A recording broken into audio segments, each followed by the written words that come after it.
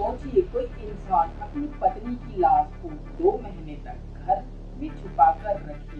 आखिर ऐसा क्यों किया उसने? ये कहानी है एक ऐसे पति की जिसने प्यार को खौफनाक राज में बदल दिया। जब ड्रम खोला गया तो पुलिस के भी होश उड़ गए।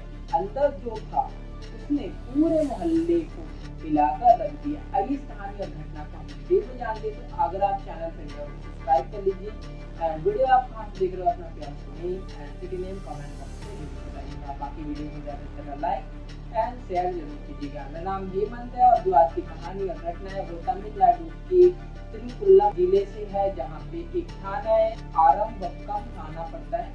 वहाँ 20 अक्टूबर 2025 की तारीख का दिन था जब एक शख्स जो है जिसका नाम श्रीनिवास होता है वह थाने पहुँचता है और पहुँचने के बाद वहाँ के सबसे बड़े सर से बात करता है कि उनकी बेटी जो है 2 महीने से लापता है और लापता है वह इसलिए उसकी गुमशुदगी की रिपोर्ट दर्ज कराने आए। अब जो श्रीनिवास है वो बताने लगता है, सर से पुलिस वाले से बताने लगता है उसकी बेटी की शादी हो चुकी है और वह जो है कुछ लड़ाई झगड़ा की वजह से वह मैके आ जाने के बाद जो है वह जाने के लिए रेडी नहीं होती। लेकिन जो श्रीनिवास है उसके पिताजी वह उसे समझा बुझा के उसे उसके पति के घर वापस भेज देता है। लेकिन जब से उसकी बेटी गई है तब से एक बार भी उसे बात नहीं हुआ है उसके पिताजी का और उसका कुछ भी पता नहीं चल रहा है कि आखिरकार जो प्रिया है उनकी बेटी वो कहाँ चली गई है। अब इस वजह से इस तरीके से 2 महीने का वक्त गुजर जाता है। जब वह उसके पति से पूछता है श्रीनिवास कि आखिरकार उसकी बेटी प्रिया कहाँ है, तो जो होता है उसका पति वो बताने लगता है कि वो दूर कहीं अपने सहेली के साथ कहीं गई है या फिर वो काम करने के लिए गई है और इस तरीके से वो गुमराह करते रहता है। तभी क्या होता है जब इतने दिन गुजर जाते हैं, जब श्रीनिवास जो है अपनी बेटी से बात नहीं कर पाते तो घबरा के ससुराल पहुंचते हैं। ससुराल पहुंचने के बाद जब उसका दामाद होता है घर पे और वह अपनी बेटी को नहीं पाता है तो वो कैसे पूछता है कि आखिरकार उनकी बेटी प्रिया कहाँ है। तो उसका जो दामाद होता है और जो प्रिया का पति होता है बताने लगता है कि वो अपने सहेली के साथ वो कहीं गई है काम करने के लिए, वो जल्द ही वापस आ जाएगी। इस तरीके से होता है। लेकिन श्रीनिवास को पता था कि उसकी बेटी जो है उससे बात किए बिना नहीं रह सकती थी।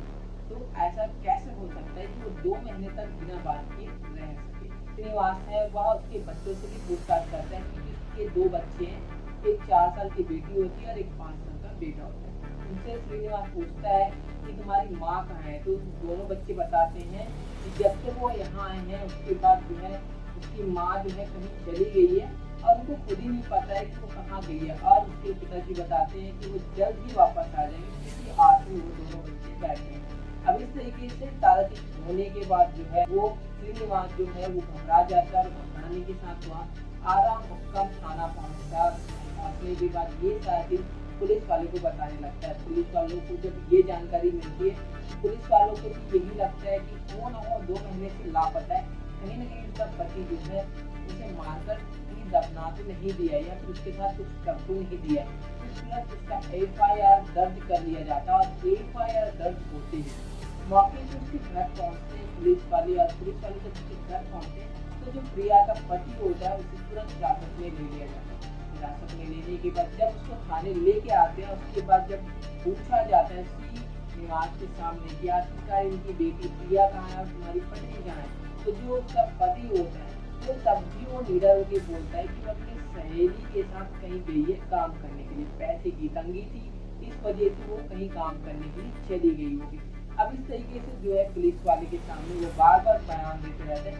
तभी पुलिस वाले जो है चारों तरफ से क्वेश्चन करते हैं उसके पति को कि आखिरकार वो सहेली कौन है, वो क्या इसी गांव की है, क्या वो मोबाइल नहीं पकड़ती है, क्या ऐसा कुछ सवालों के घेरों में घेर लेते हैं। उसके बाद जो उसका पति होता है प्रिया का वो जितने भी क्वेश्चन होते हैं उनके आंसर नहीं दे पाता और लगभग वो टूट जाता है, टूटने के साथ बोल देता है कि हाँ मैंने ही अपनी पत्नी को मार दिया है। अब जो है पुलिस ने पूछते शुरुआत से बताओ कि आखिरकार तुमने अपनी पत्नी को क्यों मार दिया।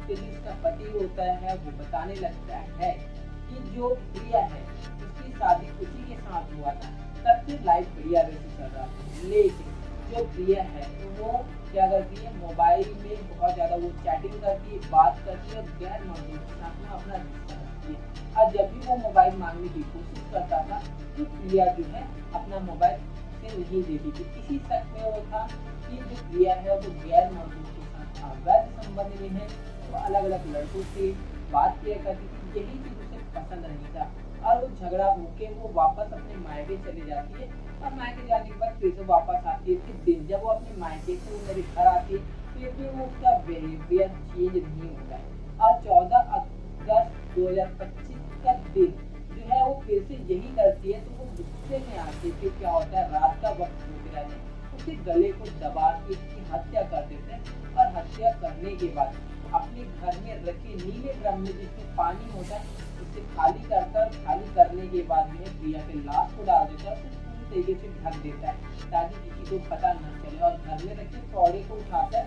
और ड्रम को लेकर सड़क पे जाता है और वहाँ पे धक्का देते हुए घर से 3 किलोमीटर दूर जाता है। और 3 किलोमीटर दूर जाने के बाद एक सुनसान इलाका में गड्ढा खोदता है। गड्ढा खोदने के बाद जो है उस ड्रम को वहीं रख देता है और उसको फिर से ढक देता है, जैसे पहले था वैसे ही बना के वो अपने घर जाता है और चैन की नींद सोने लगता है। और इस तरीके से फिर वो गुमराह करते रहता है 2 महीनों तक कि आखिरकार उसकी पत्नी जो प्रिय है वो कमाने के लिए गई है या फिर अपने दोस्तों के साथ कुछ इमरजेंसी काम के लिए गई है। इस तरीके से उसके पिताजी श्रीनिवास को घुमाने लगता है। लास्ट में जो उसका पति होता है बताता है कि उस शक के कारण जो है अपनी पत्नी का हत्या कर देता है। और इस तरीके से पुलिस जो है मौके वारदात पे पहुंचती है। पहुंचने के बाद उस जगह को खोदती है और खोदने के बाद उस ड्रम को निकालती है और ड्रम से उसकी लाश को निकालती है तो उसकी बॉडी को बची नहीं होती है, जो भी कंकाल वगैरह बचा होता है उसको फिर पोस्टमार्टम के लिए भेज दिया जाता है। पोस्टमार्टम के बाद उसकी हड्डियों को उसके पिताजी श्रीनिवास को दे दिया जाता है ताकि उसका अंतिम संस्कार हो सके। और जो उसका पति है उसे पुलिस जो है हिरासत में रख लेती है और आगे की कार्रवाई करते हुए उसे जेल भेज देती है और कोर्ट तय करेगा कि अब उसके साथ क्या होगा क्या नहीं। बाकी कहानी और घटना को सुनाने का मेन मकसद वही था किसी के दिलों को ठेस पहुंचाना नहीं था, आपको सचेत और सतर्क करना था ताकि आप ऐसी घटनाओं से आगे और सावधान रह सके। बाकी इस घटना के ऊपर आपका क्या राय कमेंट बॉक्स में जरूर बताइए। बाकी मिलते हैं किसी और वीडियो में, तब तक के लिए खुद खुश रहिए और अपने फैमिली को भी सतर्क और सुरक्षित रखिए।